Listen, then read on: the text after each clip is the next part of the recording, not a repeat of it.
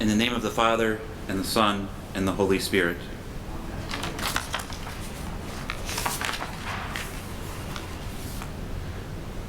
Well, a few weeks ago, Father Carl asked me to preach at some point during Lent, and as a good postulant, I said, "Ooh, of course." And immediately, oh no. And this gut-wrenching feeling inside of, what am I going to do? What am I going to say? I think the whole responsibility and expectation of coming up here and having words of inspiration and reflection on the lectionary or some other general thoughts on God, or perhaps the reliance that each of you have on the one coming up here to inspire you, is kind of what was going through my body the last few weeks.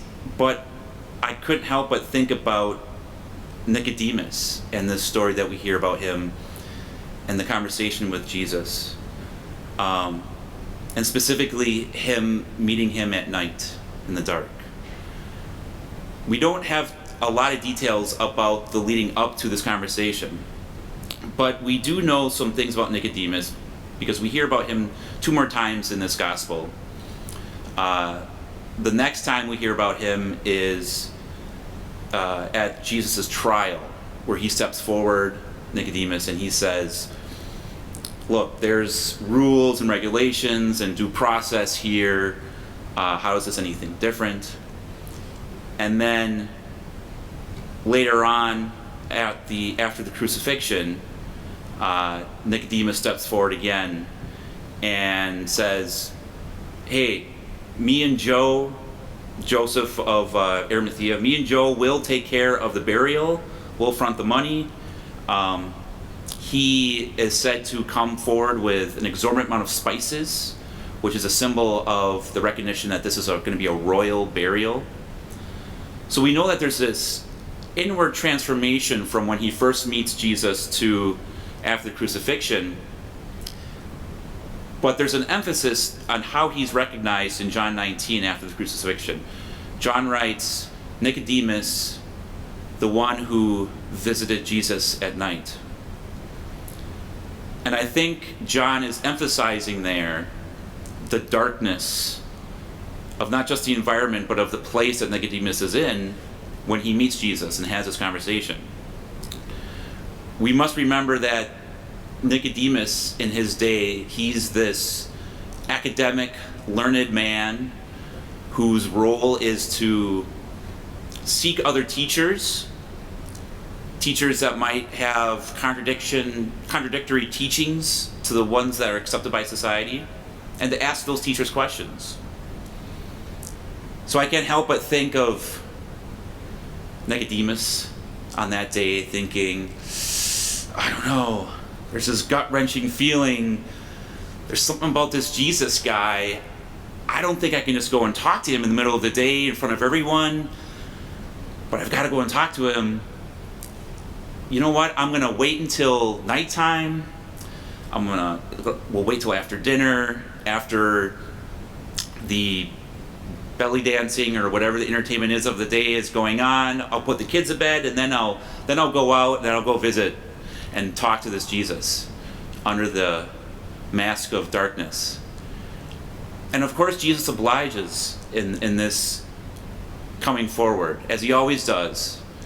I think over the years, certainly, we've heard many stories within our own lives of people meeting Jesus in dark moments in their own lives. I know I've heard it from our rector when we hear about these stories with the trafficking in Sheboygan. And I know personally I've heard stories from Father Carl about this gut-wrenching feeling inside where he's telling him, don't go and meet these people. This is something I don't want to do. This is awful. These are dark places and dark things they have to deal with. and yet he feels compelled to do it. So I think that says a lot about Father Carl's faith. And throughout the lectionary today, we certainly hear a lot about faith, where we hear Paul talking in his letter to Romans about a reflection on Abraham's faith and how it's righteous. But we have to be careful about how we look at how it's righteous and what kind of faith this is, because it's not this destination perfect faith, but rather a quest, a journey. In the Old Testament story in Genesis 12 is this great promise that God has for Abram, where he tells him that you will be blessed, you will have a great nation, you will be a blessing to others, all these great things. And yet he doesn't tell him how that's going to happen. He doesn't tell him what the future is going to be for him. He just gives him the instructions on what to do. He tells him to go out from his country, to go out from his kindred, from his father's house, and that to go to the land that he will show him. Now, the reading that we have in our booklet is verses 1 through 4a. And typically when you see that little a there, that means that there's kind of a back half of the verse that they just didn't include, but they just want you to know that that's not the full verse. But the back half of that verse 4 is pretty important in the respects of Abram's faith in the moment, because that last verse says, "So Abram went as the Lord had told him." And what we don't read today is that Lot went with him. And so again, we kind of can envision Abram sitting here thinking, some tough instructions I just got. I got to leave everything behind. There's a gut-wrenching feeling inside. I don't know if I can do this. Lot, come with me. I need you to go along. And immediately we have this kind of misstep in faith in regards to God's promise. And that doesn't stop there. We hear more stories about his time in Egypt and his lies and his manipulations of situations to save himself. And even an example of, kind of almost human trafficking his own wife to the Pharaoh, which is an awful thing. And God has to intervene, as he always does. And so it's not so much about Abram's perfect faith over his quest, but rather that he had a quest in faith, and that there was a reliance that God was going to fulfill the promise that he had given him in Genesis 12. And so we have to look today at what instructions we have. The instructions that we have in our baptismal vows, where we are told to come in fellowship, to come to the rail and break bread, to go out and seek Christ and serve others.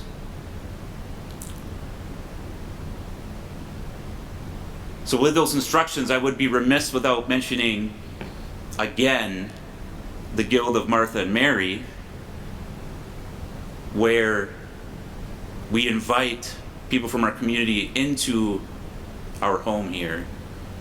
People that are maybe in dark moments in their lives, dark places, but are feeling compelled to this person of Jesus, this compelling to transform their lives in a way, transform their homes and how they feed themselves and how they feed their families.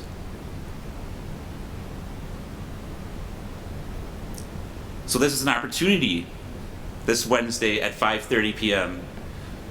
for us to be Christ in that moment and be open for someone that might be in a dark place in their life to see some light. But whether you come on Wednesday or not, I pray that each of you discern maybe the dark place that's in your life right now, and how only through God is it possible to continue that quest in faith, and how you might meet Christ even if it's in the dark. And I also pray that You may be available for someone that might be in a dark place to be with you, and you representing Christ.